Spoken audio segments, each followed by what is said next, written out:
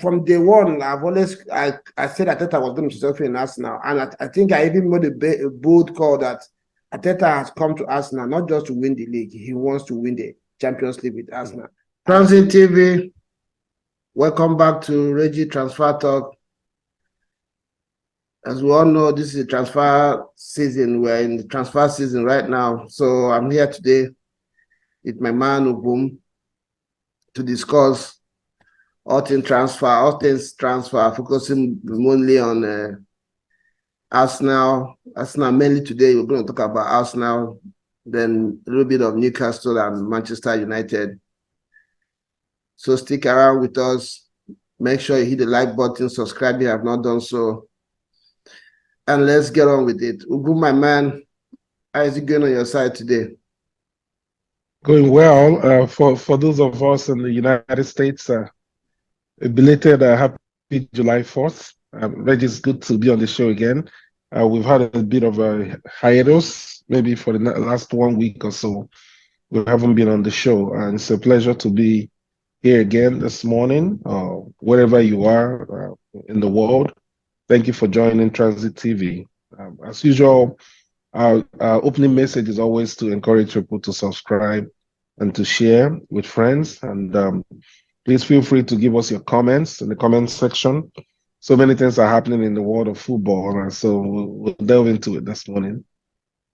Yeah, just like Bob said, we noticed that you guys are doing a little better on the comment section, but we need more. We need more participation because there's so much to talk about. There's so many dimensions to all the topics. There, like especially like somebody like Declan Rice moving to Arsenal. There is so much narratives, so much dimensions to how the deal was, struck and stuff like that. So let us hear your own perspective on some of these deals and who you want to go to where and how, what, there's just so much to talk about. Yes. We really appreciate if you can, give us your own perspective on these topics so that also even suggest topics you want us to cover on our show. To be very nice to hear from you. Yeah, you guys are doing a better job, doing a good job on that section, but we need more. We need more participation.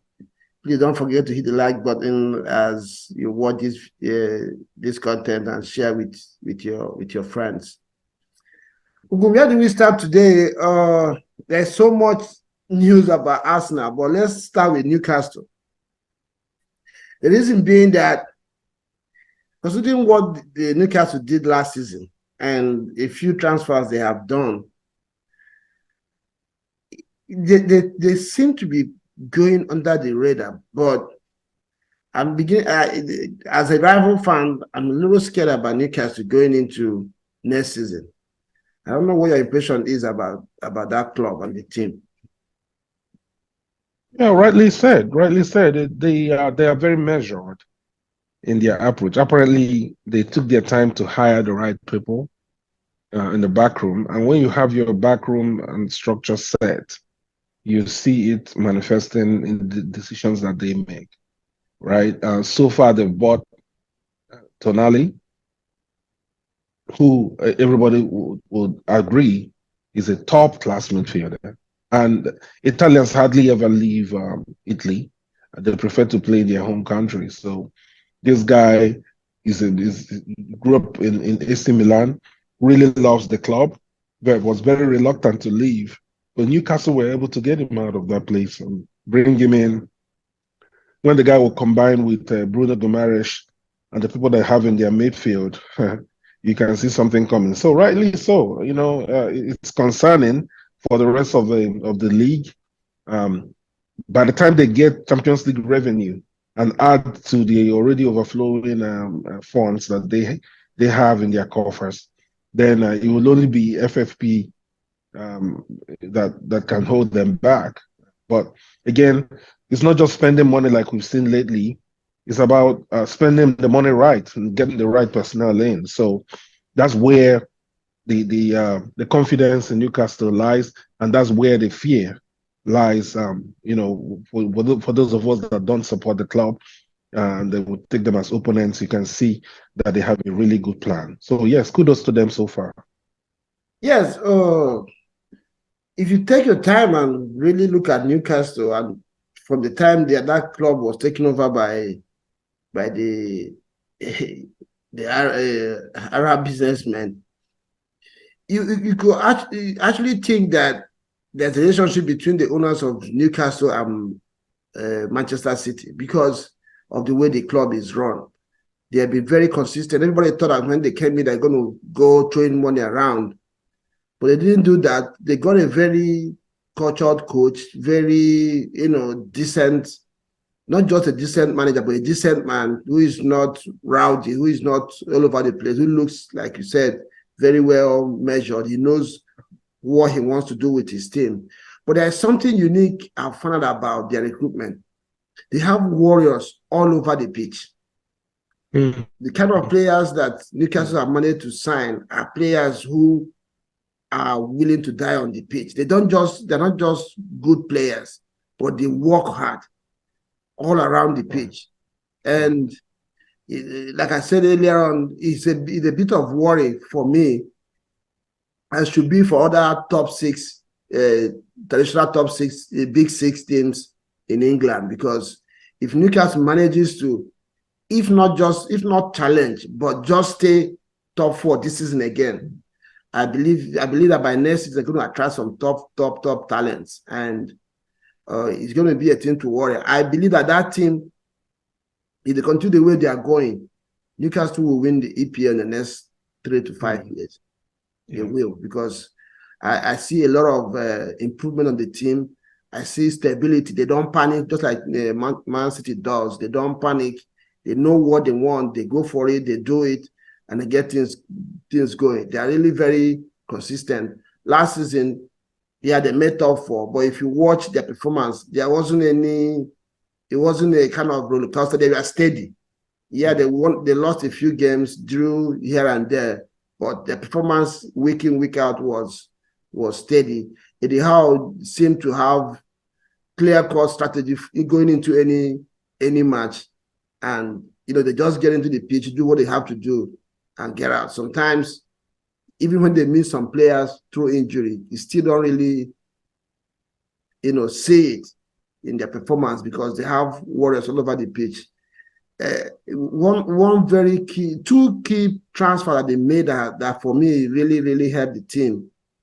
Bruno Guimaraes, he came into Newcastle when they needed a player like that, and he steadied that midfield.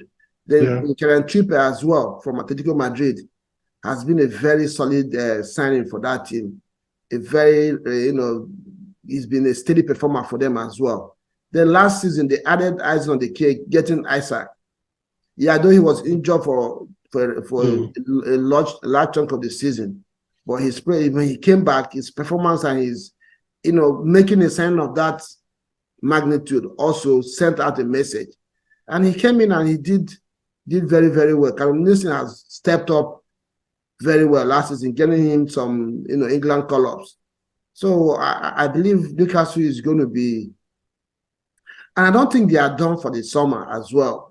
They're not making noise. You don't hear a lot of noise around Newcastle, but it can be done, yeah. But I keep my eye on that club, on that team. I have a feeling that they can pull up, surprises even in this transfer window and going to next season. So when I see fans talk about Arsenal, Man United, Chelsea, and maybe Spurs and Liverpool top four, this top four that, I hardly hear people mention Newcastle.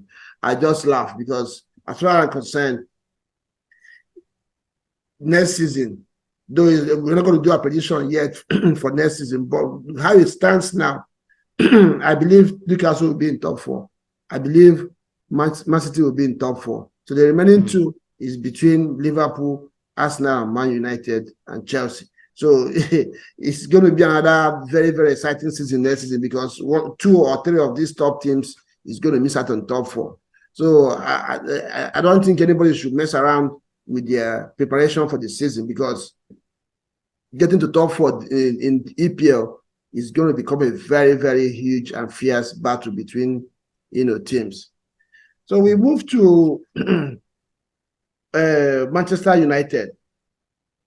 Yeah, they managed to get across, over the line the signing of Mason Mount, which when you look at it very well now, it looks like a very, very good signing that they did there. Yeah, you're looking at that it was only 1 year left in his contract in Chelsea. You think 60 million is a lot of money, but somebody says sometimes, you don't look at that if you're the buying club, because what you look at is the quality of the player you're buying and probably the age of the player. Because if the same player were to have 2 or 3 years left in their contract, you will pay that much. So why look at the 1 year? The reason why sometimes you can use that as a negotiating power is because the selling club probably might lose the player on free the next year. So you're bought. In terms of value, I don't think that concerns the buying club. You focus your mind on the age of the player you're signing and the quality that he's bringing into your team, which for me, Mason Mount, I think he's 24 now or 23. So he has a lot of years, in his career. So I don't know what you think about that transfer. What your comments are very correct. I think it's interesting what you just said about the duration. Whether the person has 1 year or has 2 years or has 3 years, we're talking about the value of the player. I agree with that line of thinking. But I also agree that there's a bit of desperation if the person has only 1 year left, and that can affect the pricing. But the value of a player is the value of a player. I totally agree with that, right? I think United have made a good move with him and Bruno Fernandes and Casemiro in their midfield. They will definitely be more potent. I believe they will score more goals. And I believe, of course, United haven't finished their recruiting so far for the summer. I think they're going to buy a forward, right? So they'll definitely produce more goals next season, especially with Ten Hag settling into his system and everybody being on the same page. What you cannot take away from Mason Mount is work rate intensity. He's going to bring it every game. Definitely. Yeah, because he's the typical relentless English-born midfielder. He's used to the EPL. He knows what it takes. And currently he has a point to prove with what has happened at Chelsea. So United will have a motivated player that wants to show the level of his quality and what he can do. So I believe he's a good purchase for them. When initially Arsenal wanted to buy him, I was very open to that. There was at the beginning of the transfer season, it was mentioned that Arsenal were interested in Mason Mount. I thought about it. I was like, okay, you know what? This is the kind of player that has a point to prove. And if a good player has a point to prove and is in the right headspace, the person will be effective. So I think he'll be good for them. Yeah. I mean, this one I think he's a very good presser too. One of the problems that United had before Ten Hag came in was they used to have very disjointed and uninterested pressers all over the pitch, which Ten Hag has tried to correct since he came in. So I believe going in that direction, Mason Mount is going to be a good addition for the team to continue to improve them, because in EPL now, in fact in Europe, if you cannot press good, it's difficult to get anything out of any game. Another very interesting one with United I wanted to talk about is Onana going to United. There has been so much noise on that. United have stepped up their pursuit. I think they have sent in their second bid of 50 million to try to get their man, which looking at a few days ago, I sat and I thought about the impact of that guy can have in United. No doubt, the way the modern day football now, goalkeepers are expected to have very good footwork, which is one of the best around. But I was thinking about it, I said, come on, this guy he's not just good on the ball, but his level of composure and the risk that he takes on the ball is out of this world. And I know he can do that in Italy, because Italian teams they don't press that high. And they're very tactical. Yeah, exactly. And the defenders as well are Mm. defenders. They know how to defend. They are always there, so they know how Yeah. to make up for him. So I was thinking, if Onana decides to take as much risk as he does in Italy with United, does he have the defenders that who are alert and who understand those risks, who can, because sometimes the guy moves even further than the defenders. So I was wondering where you in a game you have a Harry Maguire and Lindelof in front of you, and you press the ball, you take the ball beyond them in the middle of the park. I don't know how if that's going to work for United. So do you think, looking at it very deeply, that Onana is the best United should get right now, considering the direction that Ten Hag wants to go with the style of play in United? He's definitely one of the most highly rated goalkeepers. For him to have gotten to the Champions League final showed his ability. Now, what I think there's a gap somewhere in the sense that he should be playing for a position-based side because he's able to use his feet really well. Means he can play out of the back, do long passes, do short passes, push show for the return passes and all that. That's where I wonder how Ten Hag is going to play because the likes of Mason Mount, Fernandez, and even Casemiro don't really play possession-based football. Those guys are quick to release the ball. They are quick to kind of attack, and so you see that they may run into problems if they're trying to play possession-based football, and then they have personnel that tend to play the opposite way, unless Ten Hag is planning to, do more of a counter-attacking kind of play where they can retain the ball a bit or sit back a bit and have Onana be part of the people that will send long passes and they spring on counter attacks. I think Onana will be very good at that, sitting back, soaking up pressure, and hitting back with some really deep passes for the likes of what's this forward Rashford. that plays from the left, Rashford. Yeah, for the likes of Rashford and Anthony and the rest of them to feed on. So that may be what the plan is. And definitely what you said is true. He shouldn't take too many liberties in the EPL because they will press the heck out of you. They will even press him more than he's ever been pressed, in the EPL. And so he will do better to know how to guard himself and guard the ball and have his defenders support him in that regard. So it remains to be seen. It's going to be a really exciting season next year with the acquisitions that have been made so far, acquisitions that are yet to be made. It's going to be some, next level league that we're going to have in the EPL next season. Yeah, because if you look at United, if you look at their defenders or their defense, as good as they are, I don't think they are top, or technicians when it comes to composure and Yes. holding on to the ball. You're Yes. talking about even their starting 11. Then if there's a drop off from that, like for instance, yeah, Casemiro, you can say, yeah, he can handle that. And last season he missed a lot of games, 2 red cards and injury. When he's not there, who is there? Who's going to give Onana that composure that he needs? Then in the heart of the defense, you have Maguire, you have Varane and Martinez. Martinez and Varane are their first choice. Varane, as good as he is, I don't think he's one of the best in terms of the Possession on the football. ball. Exactly. Martinez, you can say, yeah, he can, because of his space, he can get out of it. So I don't even know if, like you said, there's a gap somewhere. I don't even know if it's a very good match for United. He's a good goalkeeper for a team that wants to play that way. But the United have the personnel to do that. And teams that play that way, that have people that plays that way, they usually have a center half, a striker that knows how to drop as well. Because sometimes when all the athletes are pressed, the center forward drops deep to receive from the goalkeeper. So right now, they don't have that.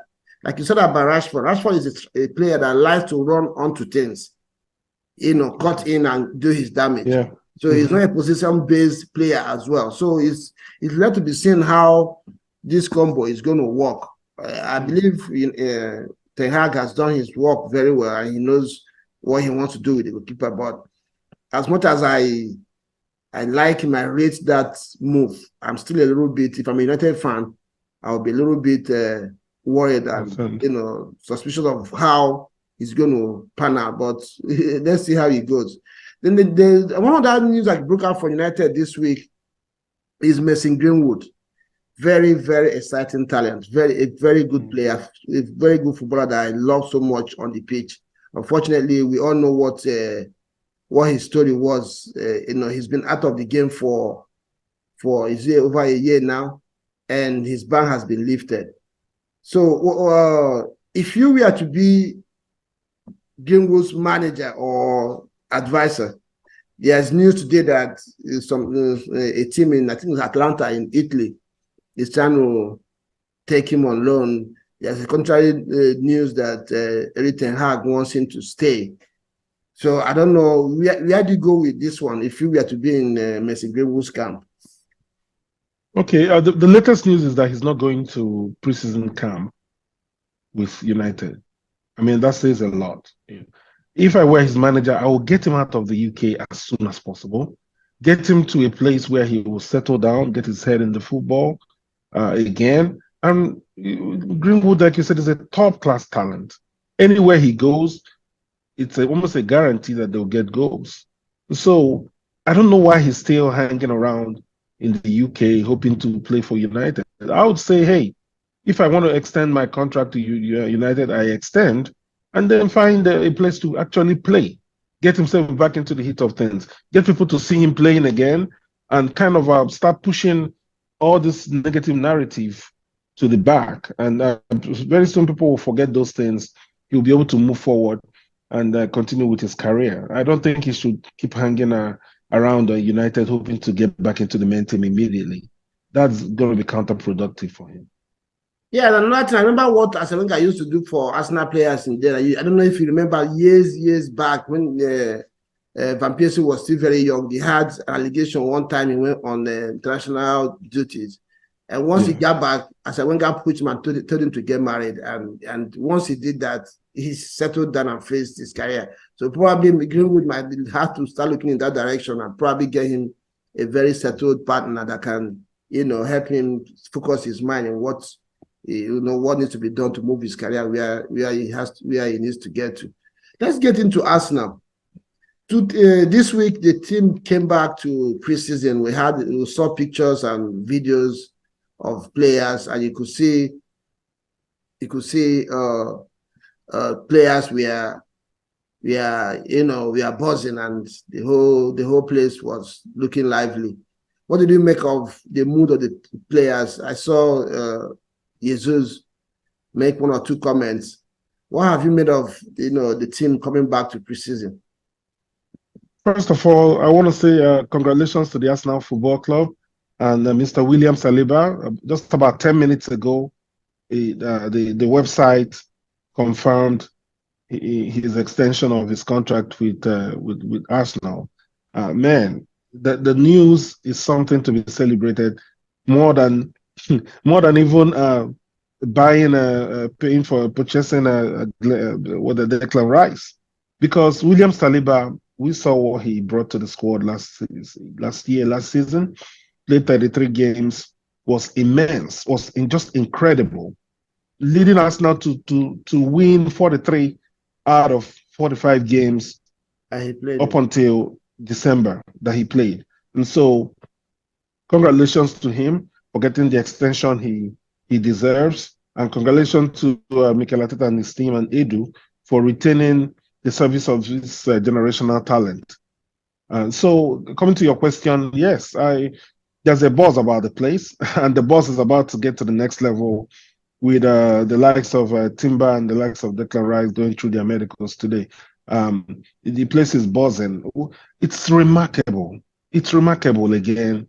Arsenal fans, hopefully some of the negativity and whining and constant mourning can, just be lowered a little bit, at least for the next few weeks because the kind of work that the backroom staff have put in, Tim Lewis, Edu, and their crew, and Arteta, the kind of work they've done, there is no single player that Arsenal should have retained or extended that they have not extended.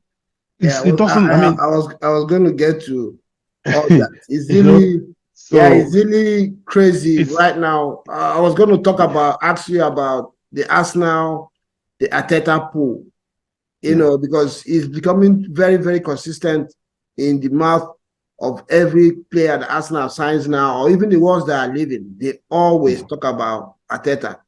And yeah. that brings me to Arsenal beating Manchester City to sign Declan Rice. You know, it's becoming, I know in our last video we touched on it, it's becoming very disturbing how people just can't give Arsenal credit. Anything linked to Arsenal, they can't just credit it, with the respect that it deserves. When Man City pulled out or could not get Declan Rice, the news was that they don't really need him, they didn't want him, Mm, and the Man City have their valuation of the player, and once it gets above that, they walk away. I'll ask myself, who made Man City the mm, official valuators of players? mm, When did it become that if Man City says a player is worth 50,000 pounds a week, that's the yeah, value of that player? Nobody should pay mm, anything more than that. I don't know when the announcement was made. I've not heard that before. I've not read anywhere where all the teams in Europe said, okay, was Man City values a player, you can't go more than that value. So it begins to worry me when why people can't just give Arsenal credit. Now, looking mm, at that deal, in the past, people Arsenal used to be ridiculed for the fact that these people say, if you want a player, what's wrong with paying extra 5, 10 million, 15 million to get the player that you want? And this has cost Arsenal, according to people, or including you and I, sometimes signing top talents and winning trophies. Now, in the case of Declan Rice, they've just gone to do that. Man City bidded 90 million, Arsenal top 15 million and got the player. And then the narrative changed that was the value of the player. Arsenal overpaid. yeah, yeah, Man City pulled out of the deal.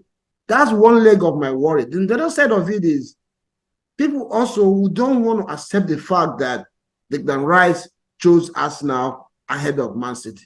yeah, yeah. The narrative they are holding on to is that Man City pulled out.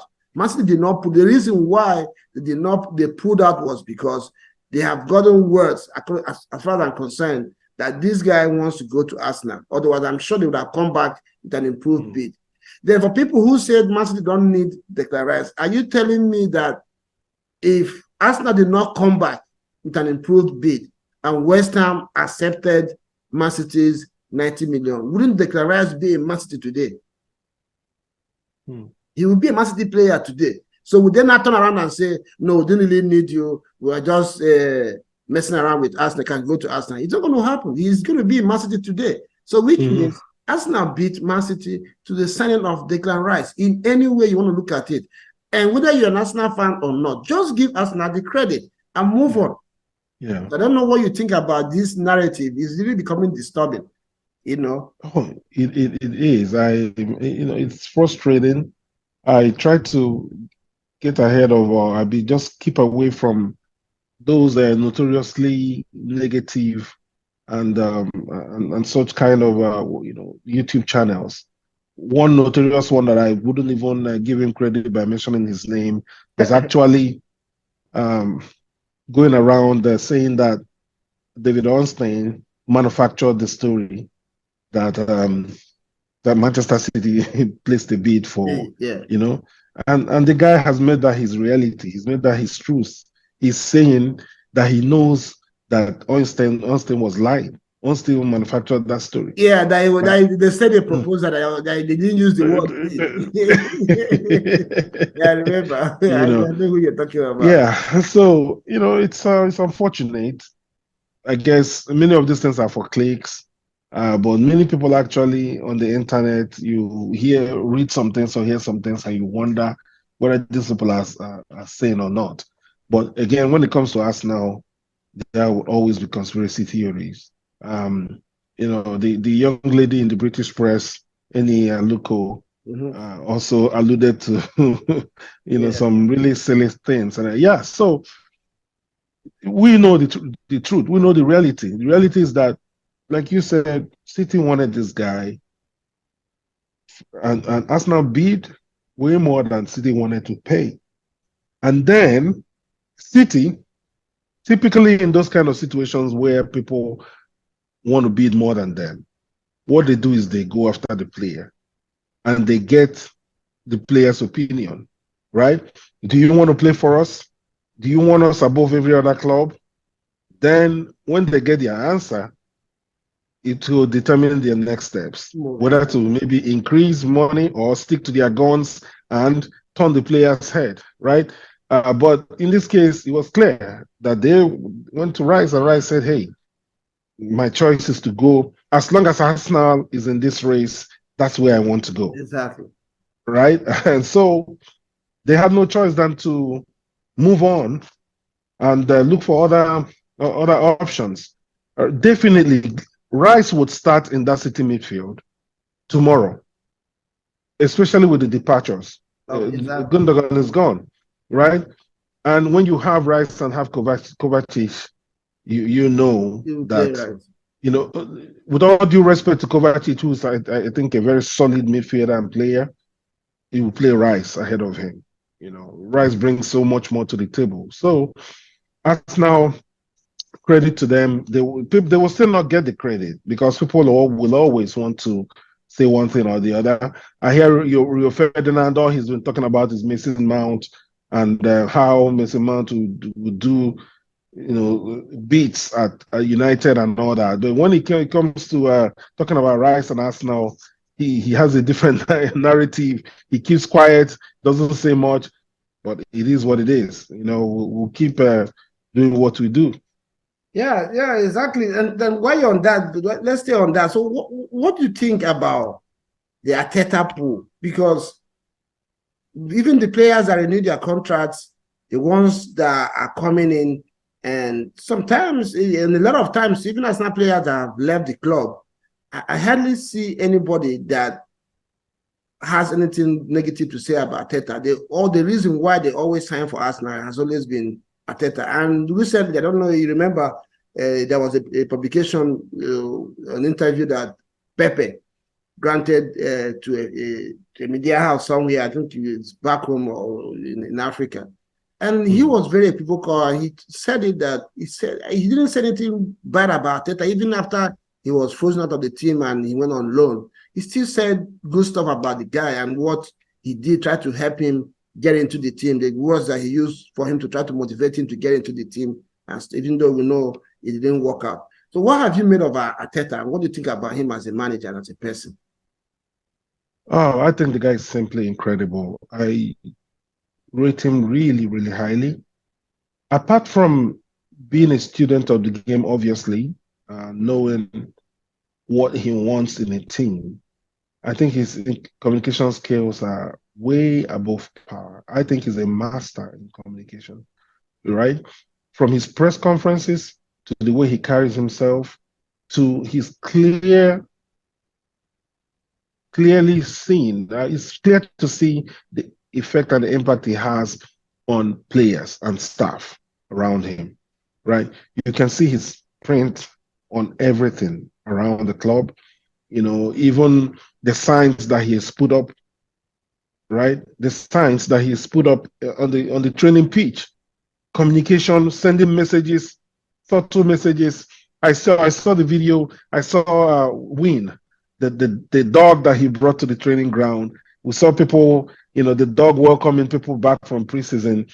You see, there are some little things that he does, crazy stuff seemingly that he does that show that he's a master communicator. I think that Arsenal have locked out. I don't know how we stumbled on this brilliant young man and manager.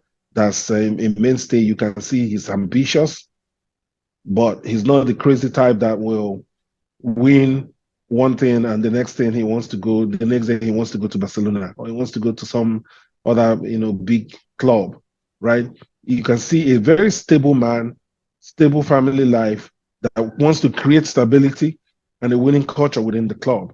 And it's so impressive. Again, getting all these guys to renew their contracts and luring top talent to the club, people that are making these players willing to be able to stick out their necks and say, I want Arsenal.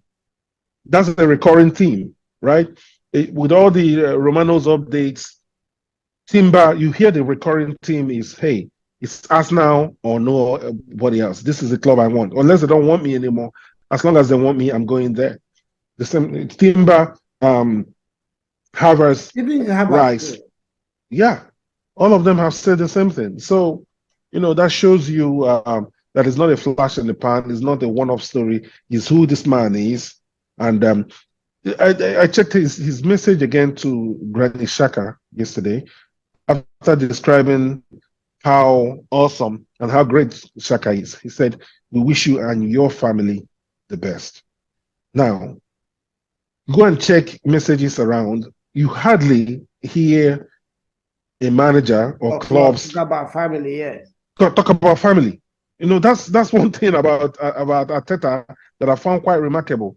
And that is obviously working for him because people around him believe he cares just not just about me. He cares about my family. He wants the best for me, and I'm ready to spill my blood for him. Yeah, well, unfortunately for now, we're not big, but I know if you remember, from day one, I said Arteta was going to self in Arsenal, and I think I even made a bold call that Arteta has come to Arsenal not just to win the league; he wants to win the Champions League with Arsenal, and I believe he's going to achieve that if he continues the way he's going. And touching on what you just said, yeah, a lot of players. I remember when Donna was signed, he mentioned it. He was compelled to come over with his family, his girlfriend and his partner, whatever, and his mom. And players always talk about Tata always goes that direction whenever he wants to engage any player. He talks to your family, find out what your family want, what are their interests, sell our family oriented programs to your partner or to your mom, to your dad, to whoever that is involved in your life, to you. And once they buy those projects, then it's easy for the player to make up their mind. I've read a lot of that talking about because Saka, when the issue of him renewing his contract was being talked about, I thought I talked a lot about the people around Saka. That shows you that he knows firsthand what environment Saka is developing in and engage with. So that shows you that has helped a lot. I think that has helped a lot, in signing up players and getting people renew their contract. That takes me into the new thing I want us to talk about. So many years ago, it was difficult for Arsenal to retain top talents. It was difficult for us. The recurring news in Arsenal every time is that last year of somebody's contract, we are struggling to convince them to renew their contract. And the club came out some time ago and said any player that is by their 2 years into their contract, they don't sign, we'll sell them. And we still saw Arsenal struggle with that, and it never happened. You can say what you want to say about, fans get buzzing with summer signings, new signings, but people take for granted what it takes, the work that is put into making top talents renew their contracts, with your club at a very reasonable, maybe pay rise and stuff like that.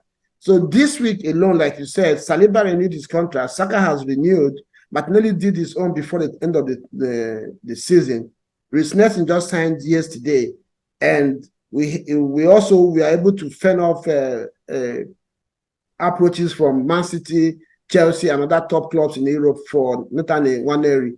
And if you go to the Arsenal website, I think they renewed about 17 scholarship contracts, including Nwaneri, and these are all top talents.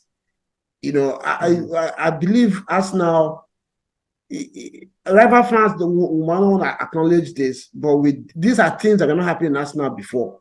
And now they have become a given. Nobody worries anymore about the contract renewals. You can imagine Saliba, what he did last season, going into the last year of his contract. Arsenal fans, it wasn't a topic. We were just waiting for the day it was going to be announced. Everybody knew that agreement is going to be struck one way or the other. So what's your take on Arsenal development in that direction? Yeah, it's impressive. That's really what I can. So impressive, the level of work done to renew this contracts for most of the young players. One important point you said is, I will take Chris Nelson for example. His contract expired 2 weeks ago, and there's nothing as risky as even letting a player get to the final year. Not to talk of allowing the contract expire. Look at the Gea. The Gea's contract has expired with United. Nobody's sure whether he will renew. In fact, it's almost likely that he will not renew. Right? He will not get a new contract. Well, he will not sign a new contract. So Reece Nelson, we have now contract expired, has signed a new one. And you mentioned all the names. I don't want to start rehashing all the names again, but it's clear that some solid work has been put into this club to get it to become a place that's attractive to players again. People can talk all they say about Reece Nelson and the rest of them, but Haaland graduates have a special place in the squad, right? When you groom the player from the age of 8, from the age of 6, and they get to a level where they are 24 years now, like Reece Nelson is, you'll be better served not to let that player walk away on a free. It means that the millions of pounds or dollars or whatever that you've invested in this player has simply just walked off the door, right? And even if this player is perhaps not so good enough for your main team squad, it's important to still tie the player down to a contract so you can get something back, right? So these guys obviously have the business sense and know what they are doing by renewing this contract. Reece Nelson was so important because apparently, as a teenager, he was more highly rated than even the likes of Bukayo Saka. He was the main person that everybody felt was going to be the superstar before the likes of Saka and Smith Rowe showed up, and then and you remember Arteta was in the team in Arsenal then playing as a player, so apparently he knew. Yes, he noticed him. That that buzz was about his Nelson, so he never forgot the talent that the guy had, and according to the words of Reece Nelson, he reminded him of his talent and the level that he can get to if he applies himself properly, and the reason why he wants him to stay in Arsenal is why he can help him get to that level. And what else you want to hear as a player if a manager tells you that? There's one person before we move from that I wanted to talk about, which is Saka. We can say all we want to say about Arteta, Edu, the club and stuff. And when it comes to and the way the players have progressed from our youth teams and stuff to the main team, I think Saka needs to be mentioned. Just as Arteta is doing with the first team, this guy came in as a rookie and immediately changed a lot of stuff that had to do with our age group teams, and the effects are there to be seen. This is the first time as an Arsenal fan that I'm hearing that Arsenal renewed 17 scholarship semi-pro contracts at a time. I don't think I've heard that before. And he talked about this a couple of years back, that we want to prepare players that even if they end up not playing for the first, like you rightly just mentioned now, we prepare them well. Those that can't even make it as footballers anymore, they'll become used for self in whatever they choose to do. If they decide to move on with their careers, we prepare them in a way that when they go out there, they know that they've got education. Some many times you hear a player is educated in the La Masia, and when you see them anywhere, you see them like Arteta right now. There's somebody, you see Yeah. somebody, you know that there is something about Barcelona that is in this man. I think that's what Masaka is trying to do with Arsenal. So that Yes, yes, yes. these players, when they go out there, if you see them and their history is being written, nobody will forget to say this guy is a hair-end graduate. So, sometime in his career, he spent time in this institution. And I think Masaka deserves a lot of credit with the job and the success Arsenal is having in the age group, not just like winning trophies or winning games, but the quality of job and result we are getting from that end of the business, like you mentioned. I think it deserves some very, very massive recognition. I don't know if you have anything to add on that. Oh, I couldn't say anything better than what you've said. I totally agree. And while mentioning him, we want to mention another name that we know very well, Jack Wilshere, that joined the crew last season. Credit to Mikel and Mertesacker for bringing Wilshere back. What you can see is that when you have people that love the club and grew up within the club, for you to have a Haaland graduate actually coaching the boys in the Haaland, some things can pass as coincidences, but this one is a strong one, and it brings something to the table. He's been through that process before, and he knows the kind of words to say to them. He knows how to empathize with them, how to encourage them, how to push them, because he's been there and done that. And then it also helps to maintain that culture. Arsene Wenger, when he was leaving, said, please, protect our values, protect what this club represents. And that's what they are trying to do, to protect the values of the club. And one of the reasons why I personally support the club is the value and the values of the club and what they represent in the community. And so, yes, credit to Mertesacker and his crew for the great work that they're doing. Yeah, a little. While we talk about in coming in, we also look at players good, and I don't think we should end this episode with mentioning Granit Xhaka in focus. This guy is it epitomizes, if you want to say 360. This guy he touched every dimension of a player's career, how it could go wrong. He came in, first of all, with a very high reputation, according to Wenger. I remember we were supposed to sign Conte, but Wenger chose to sign him. Then back then, I think I was still back home in Africa when he was signed. No, I was here. I remember having a conversation with one Arsenal fan, and the guy was really raving about Xhaka, his tackling abilities and stuff like that. How combative he is in the midfield. But all of a sudden, 2-3 years down the line, he became one of the worst rated players by Arsenal fans, considering the fact that he had a lot of mistakes in his game, collecting red cards, and of course, we all know the infamous incident between him and Arsenal fans, where he threw the captain armband against I think it was Crystal Palace. Crystal Palace. Yeah. Yes. Then Arteta came in and was adamant that he needed this guy for him to succeed as an Arsenal coach, and he was going to turn his career around. He managed to convince Xhaka. I remember that one interview was granted. He said that as far as he was concerned, that was his last season in Arsenal. But Arteta came in, Arteta again, another recurring decimal, came in again and said, no, you don't walk away from your battles, you face them, and let to turn him around.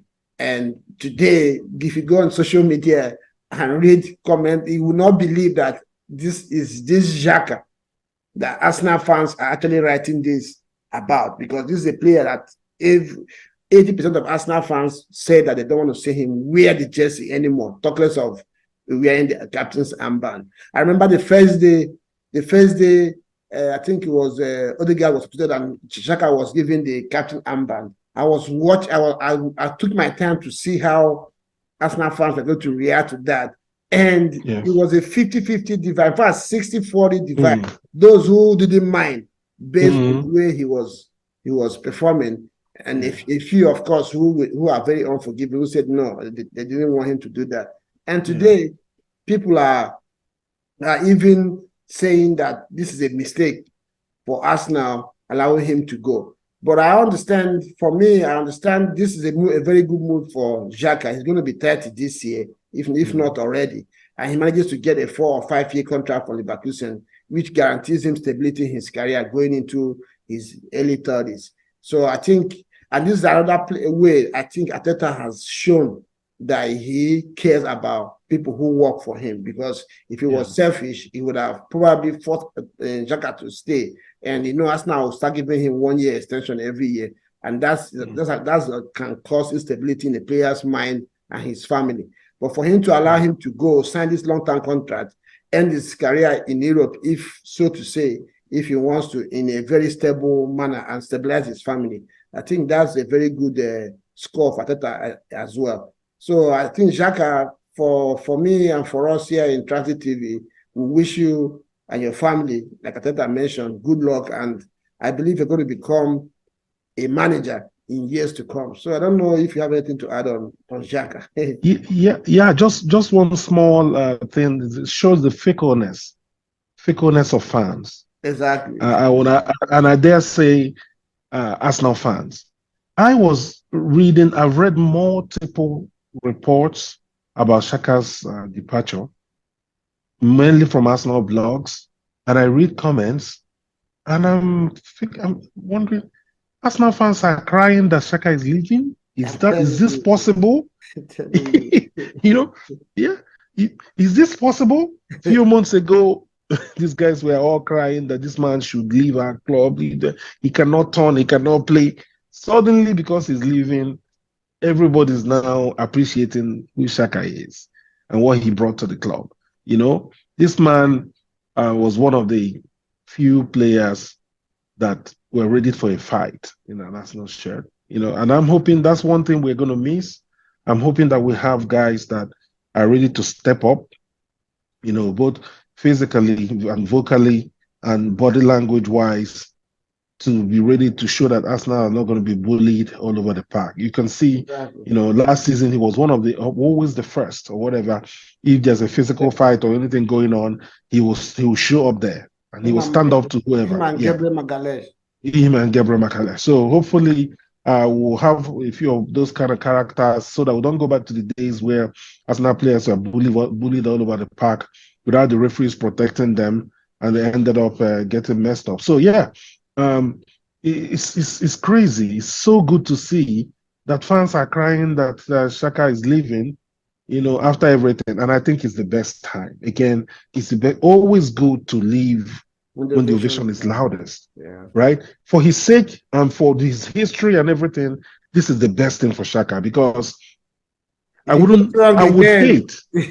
my goodness, I would hate to go back to those days where he was being insulted all over the place. It's better this way, so that whenever he's coming back to the club, he'll be given a hero's welcome, because that's what he deserves. Exactly. For the service he went back to the club.